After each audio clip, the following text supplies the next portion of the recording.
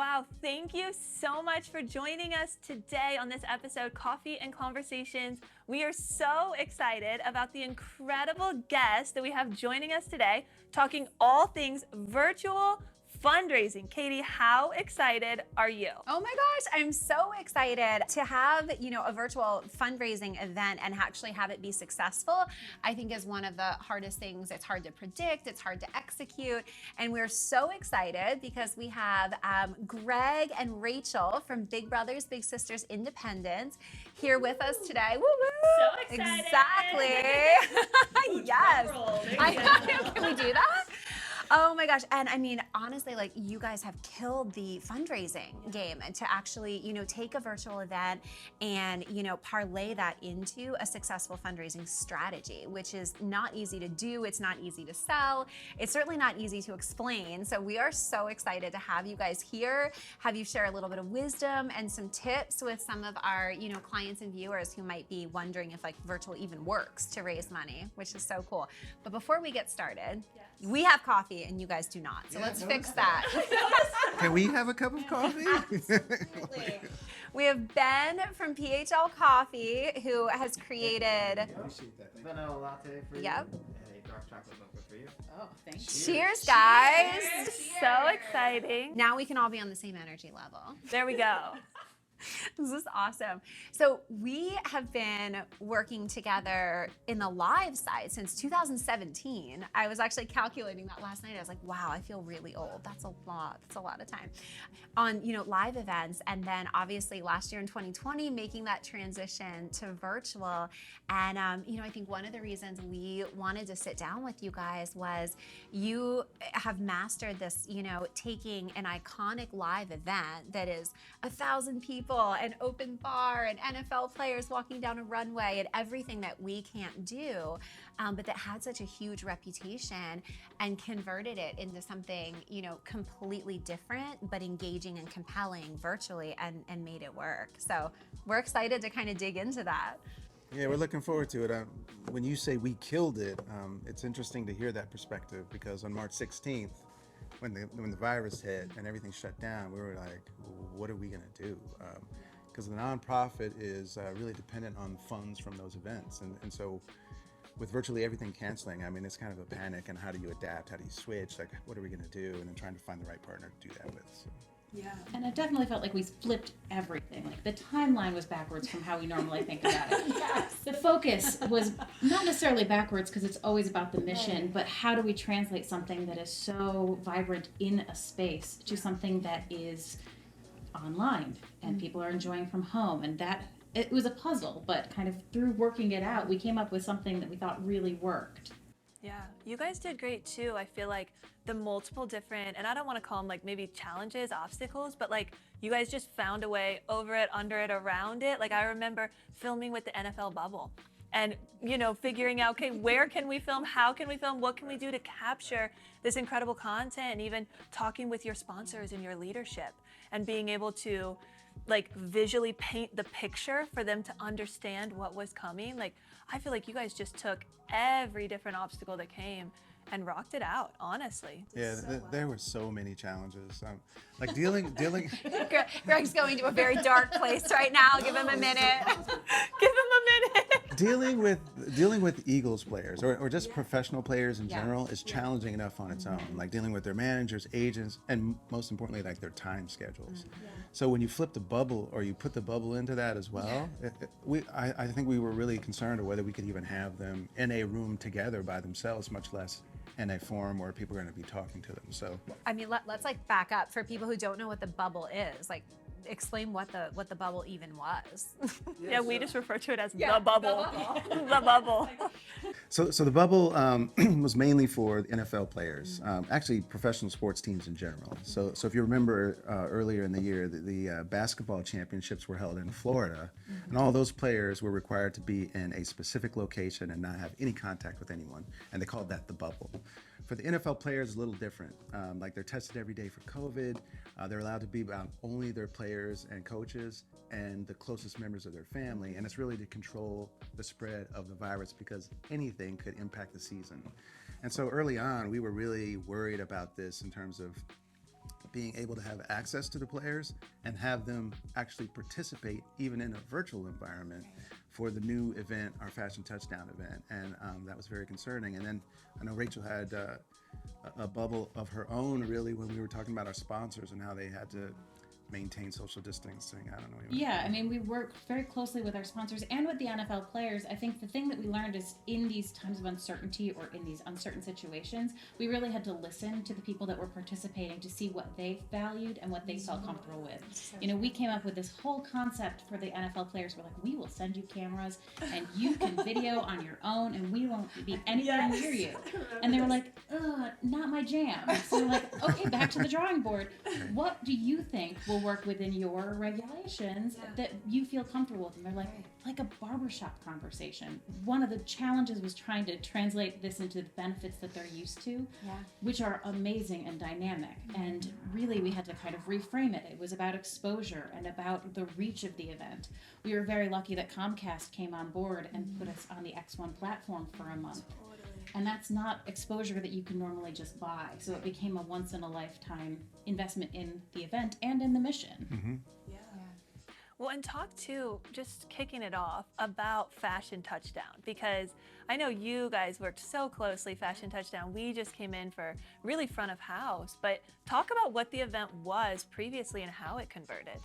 That was cool. Yeah, before Fashion Touchdown, I would say it became our premier event of the year. It's like one of our top signature events, and it's been around since 2016, and it just gotten bigger every year. And so the last 2 years it was held at the Fillmore.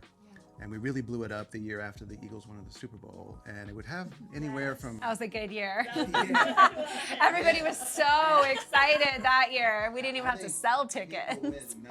We even had the Lombardi trophy there for people to take pictures of. Yeah, it was great. And so you take this monumental event, you have thousands of people in the room, you have VIP sections where people can interact with the football players. This incredible hyped up fashion runway that's happening in the midst of a crowd that's sparsed out. And it's just high energy, high impact, and just one of, I think, the few events where we bring all those elements together in Philadelphia. So when you're suddenly told you can't do that, but yet you still have to raise the money, and we're talking hundreds of thousands of dollars, you know, that is shocking. And it's an incredibly quick pivot that you have to make it successful. And Rachel mentioned talking about convincing the sponsors. Like, that was probably the biggest challenge, because they can't envision how the value of their dollar is going to translate back into benefits for them if there's no interaction. Yeah, there was no example to point to. Like, we could sort of say, like, well, we went to this one luncheon that was virtual with this nonprofit and it worked. And they're like, but I didn't see it. So how do I know that this is going to work? And you know, trust me, while you hope that works, is not always the most. And then we, you know, when it becomes virtual, it relies 100% on the participation of the players. And so, as you guys know, we didn't have the names for a very long time because of this bubble issue. I want to say it was day of. We were like switching the lineup. We were like, wait, who's coming? No, they're not coming anymore. Do we have 3 people or 5 people? We almost sent furniture back. Yeah, Greg's like, we might have 1, we might have 5. We'll see. And it ended up being perfect. Amazing, And we were very fortunate to get 5. And we're lucky, you know, Rodney McLeod is one of the leaders in the locker room. He's a big brother in the program. So he's bought into it, and I think he has a lot of leeway in terms of convincing folks to do it. So we were lucky to get 5, and I think that was the perfect number because of the setup in the room. It was much like, you know, a space like this. We had them in, you know, casual lounge chairs, and it was enough space to feature our fashion partners, Damari Seville, and really, I think the benefit to that was an uninterrupted conversation with the players. Like, normally at the Fillmore, everybody's trying to talk to them. Like, they're pulled here, pulled there. You can never get one-on-one time. And this was just us alone, asking them questions about things that were really personal. I mean, there were some really emotional stories that were shared in that. I think that's one of probably my favorite pivots from the live to the virtual, is that, you know, to your point, like, you see, you know, NFL players on the field and then you see them at a distance on the runway, but it's kind of as still, you know, spectator format. Whereas what you guys structured was really this, like, intimate VIP, up close, exclusive conversation about like, you know, things that these players really cared about. It wasn't just, you know, yeah, I'm giving an interview, okay, cool, I'm talking about a game or I'm talking about whatever. It was like things like near and dear, you know, to their heart. And that was just, you kind of felt like you were a fly on a wall watching that conversation. Yeah, and I think what was really cool about, you know, those conversations that happened with the Eagles was when we were really able to like peel back those layers of athlete and celebrity and different things and really see their character and why they partner with big brothers, big sisters, why they are big brothers, and like why they invest in the littles. You know, that was so cool. I think one of the interesting things, we encountered a lot of challenges and it's very easy to focus on those, but we were also able to identify a lot of opportunities that we wouldn't normally have in the physical space. And I think the big one is that we were able to use our littles as hosts. Our favorite. I mean, they were incredible. And, you know, normally when the event is live and in person, it's a school night, it's late, there are adult beverages being served. All of those are barriers to having them in the room in a safe and productive way. But this, we were able to say, you're going to be the host, you're going to star in this and run with it. And, you know, we have players from the Philadelphia Eagles and our littles stole the show, hands down. They were great. We were really fortunate too to have randomly selected 5 kids who just knocked it out of the park. Like they were naturals, they had personality, they loved doing it. And I think we had some timing conflicts with videoing, so I actually took my phone out and captured these kids with their families. All trades. Greg, maybe it was the video coaching that brought them to the celebrity to the star. Maybe it was your coaching.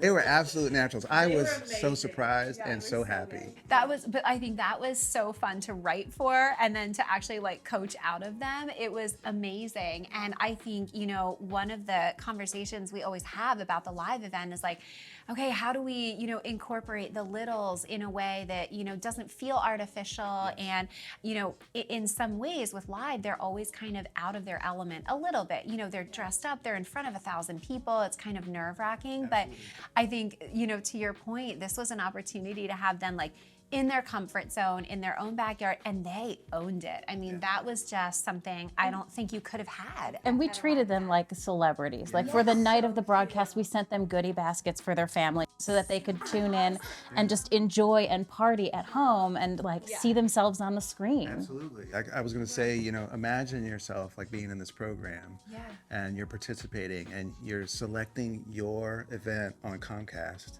And you're watching it in your home, like basically you're this big celebrity introducing these Eagles players and this mission.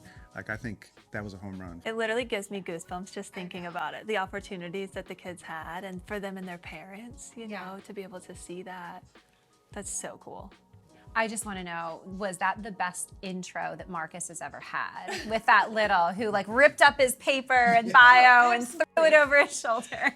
How do you top that? And that's something I think we're going to take forward with any of our events is how can we get the littles to be part of the presentation? And I think the pre-recording really made it, we brought the recording process to them. Right. And we removed those barriers to their participation. Yeah, the recording, like the pre-recorded event, like hands down is better because we've always struggled with like getting speakers to stay within their talking points, within their time frames. You know who I'm talking about. What are you talking about, Greg? I have no idea. Sip my coffee. Just sip my coffee. But to have it pre-recorded and let people like rehearse it, go over it, make sure we get the right take, and then have it seamlessly like within the confines of an hour. I mean, that was also, I think, very successful and important for the success of the event. That was so cool. And I thought it was awesome too because it was pre-recorded and so that it could go on the X1 platform, which you mentioned and everything. But you guys brought in such an awesome element with the live hybrid event, like as the pre-show. It almost felt like a red carpet toss back and forth. Yeah, we were lucky in the timing that regulations had eased up a little bit, so small gatherings were allowed. So we had some sponsors host small pre-shows, and we did them live on Facebook. So, you know, tossing from party to party, you know, one party had about 15 people, one had 6, and just kind of seeing how they were enjoying their night and what their investment in the mission is. You know, it was a couple of all 3 board members, and just talking about how they get excited about this and, you know, what their experience was as a big. Yeah. And it was so neat to have that energy, that kind of different energy of like, yeah, this is live. And then it kicked over to, you know, the pre-recorded, but that was written and filmed and produced to feel live with all of those tosses. It also enabled us to engage the Eagles organization. So we were able to get Swoop and a couple of the cheerleaders to actually show up at one of them. And I think Right on Broad Street. That was amazing. if we hadn't done those sort of red carpet parties, we would not have been able to do that. So, yeah. You definitely felt, I loved that. I think your pre-show that you did is probably one of our favorite virtual event type things we've gotten to do yet, because it just felt so cool, because you got to see the different small gatherings. And I think in this time where we're all in our homes, or people are watching from their homes, or with a small group, you know, maybe they have a couple friends or family together. It was cool for people to see like, oh, this is bigger than just me sitting in my house. There are so many people gathering around this mission for the next generation, which was so cool. No, it really was. I think one of my favorite filming days may have been at Joan Shepp's store, which, you know, it was so cool because I don't know how many people have been, you know, in their store. But remember, initially we were talking about doing like a runway show in her store. And then it was like, wait a minute, let's actually take people through this. And I think they had so much fun kind of creating this fashion showcase. Bringing in the live DJ was amazing, but it actually... And that's what you want with your partners. Like, you want them to enjoy it as much as you do. Yeah. And I think you're right. Like, Ellen and Joan were both over the moon with that. I think they thought it was one of their most creative and fun fashion shows that they've ever filmed. So. And it felt like a fashion show. You know, the fashion show has been one of the key aspects of this, and we knew we couldn't have the players walking, but we still wanted that energy, that feel of the walk, but to take it out of its normal element. So I think using the entire store really brought it to life.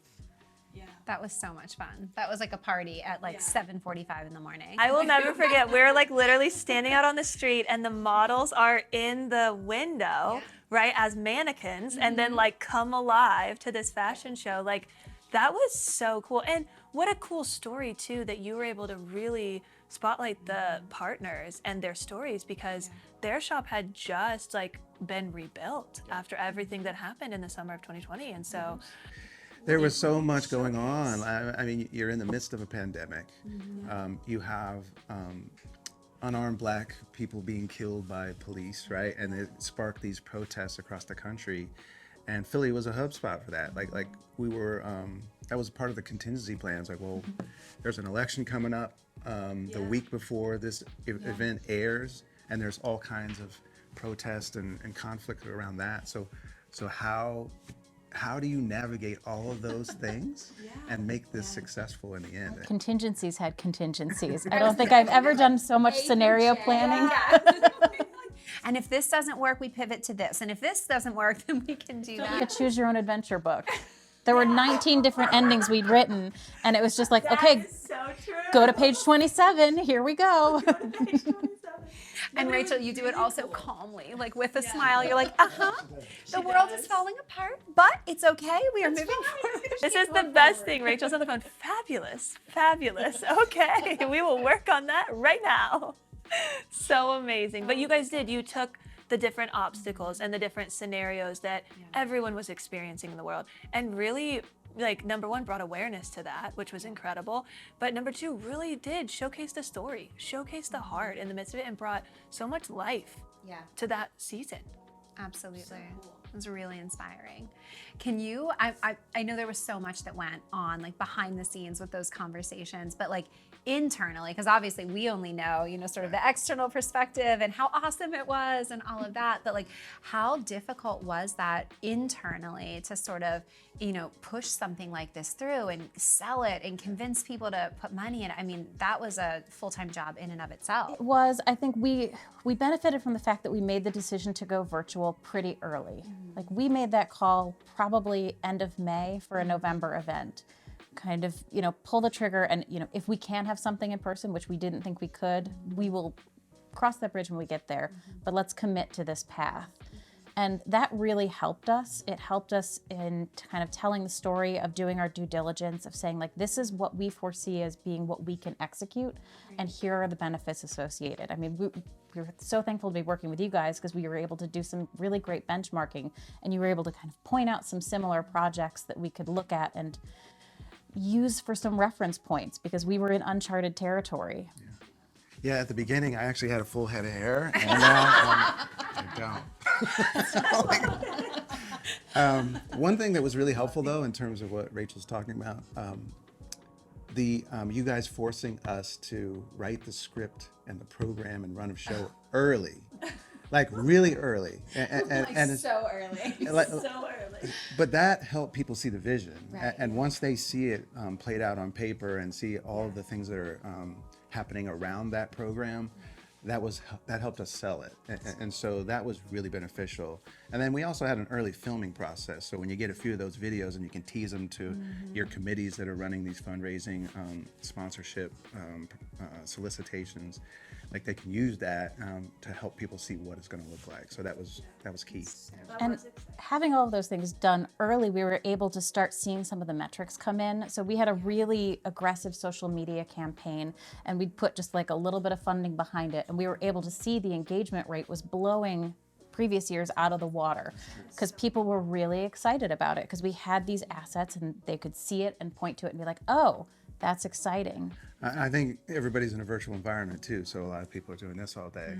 Like it really helped improve our social media. I mean, we were able to prove, like through Facebook targeting, that we could get profiles that would click on our ads at probably, I think it was like 1/75th of what we've paid for in the past. Like it was incredible. And then once you identify that person who's interested in that, you can create profiles around that and then target other people in geographic footprint. So it was really different from like past live events. Yeah. And on the fundraising side, you know, we didn't raise as much as we did in the in-person event, but our costs were also lower. And what we saw was that we got a lot of first-time donors. People that were either just in our system because they had, you know, applied to be a big or something, they'd engaged with us but hadn't donated, or completely new donations. 29% of our donations from the event were new donors to us. That's amazing. And that's huge. I mean, and a lot of those were small donations, but it shows that the mission spoke to them, the program spoke to them, and that's how we can build this engagement moving forward. Absolutely, yeah. Well, and it's a connection point. That is huge. It was nice to sprinkle testimonials throughout the program too. Like I think you fell in love with the kid Jaden. Oh my gosh. I was like, do you need a godmother? I don't think he's so funny. He was a natural ham. He had more personality than he was incredible. Yeah, he's looking at the camera like. Yeah. He's like, you want me to do what again? You want me to say what again? Didn't you get it the first time? I was like, sorry. Yeah, they were adorable. Yeah. But we were able to sprinkle those throughout the event. So, you know, and then it helped us incorporate some of our sponsors into it. So we had our presenting sponsor. It was a big in the program, so we were able to feature him and his little brother. We had Jaden, who was actually mentored with a young man named Ryan, who was one of the first starting black quarterbacks in the Ivy League. He was a senior at UPenn, and it was just really great to hear those stories. And one of the perks that I hadn't really thought about until after was, you know, now we have all of these evergreen assets that are just ours to use. Like we were thinking of it, or I at least was, as this is the event, and we will get through this event, and then we will see what we do moving forward. And we finished, and we're like, wait a minute, we have an hour of assets that are at our fingertips to use. Like this was an investment for all of the agency. And that was primarily around fundraising. But we've already taken, for example, Jaden and that little excerpt from Jaden and Ryan, and have used that to kick off a recruitment campaign this year. That's so awesome. So we can use all those assets in multiple ways, and Yeah, it is cool to look at all of that content and all of the stories that you can share and utilize for different, you know, purposes. So much of my focus is on raising the funds. Like that is the core of my job. But we also have a really strong recruitment arm. Like we are always in need of bigs, and we are always in need of volunteers. And this can help pass that message along also.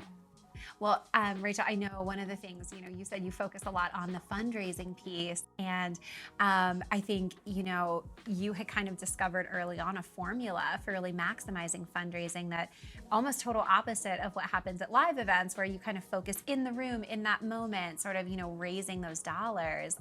What was kind of influenced your strategy? Yeah, there's no replicating the in the room. Like, people get swept up in the moment and they raise that paddle and they say, I will give you $5,000 for this mission. So what we decided to do to have people feel like they had that urgency and that excitement, because we knew we had a great product, was to try to identify a matching gift. So we were able to say, join us tonight, give tonight, your impact is doubled. And really that type of excitement, people feel like they are making a real difference. And even if somebody can give $5, they feel like they're investing and they feel like their investment is going further. So that was a really important strategy for us, and it really worked. Like, we'd met the match within the week of the event.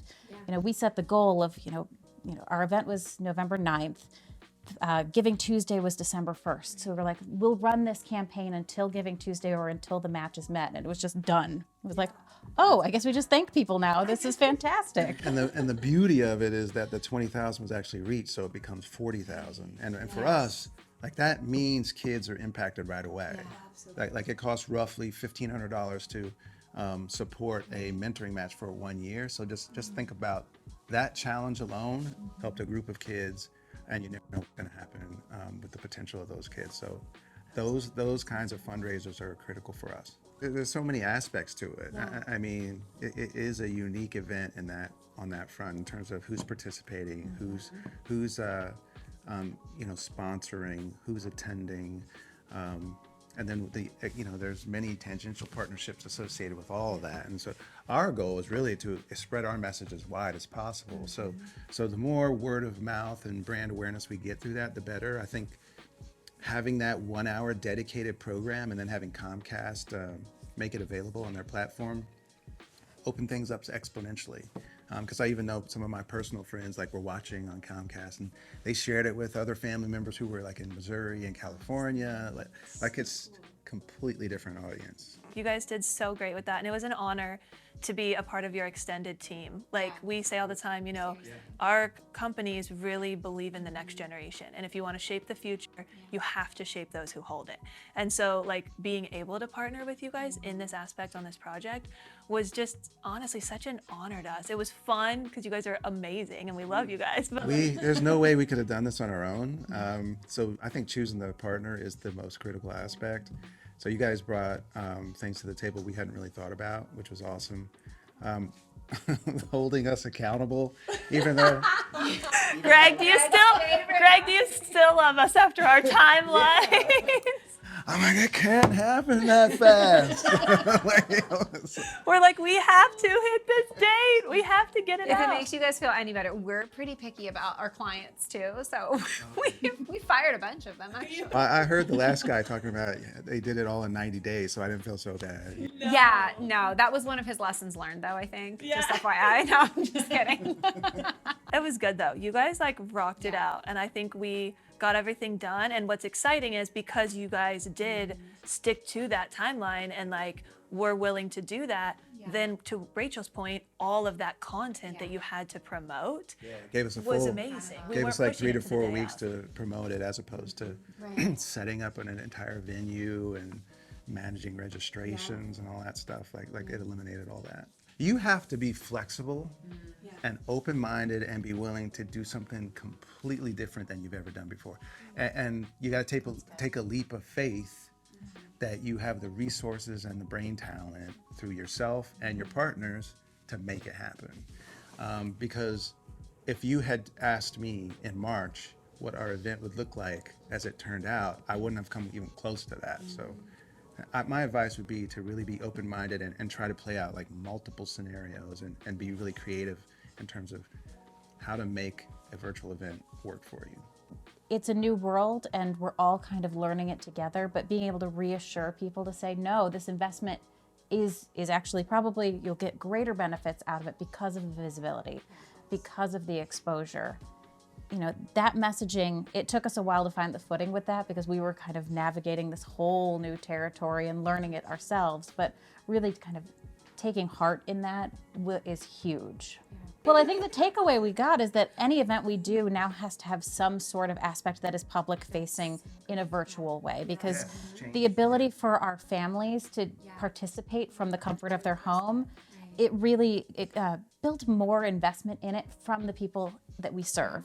And that's really huge, because it kind of it can feel like, we're having this fancy party and then we're serving these people, and those don't overlap. But taking it into the virtual space brought that party to them. So anything we do, I think, will have some aspect of being more public facing and more virtual and online, so that we're broadcasting the mission. Yes, absolutely. Well, we are so excited. And you guys, we are so honored to have you around the table.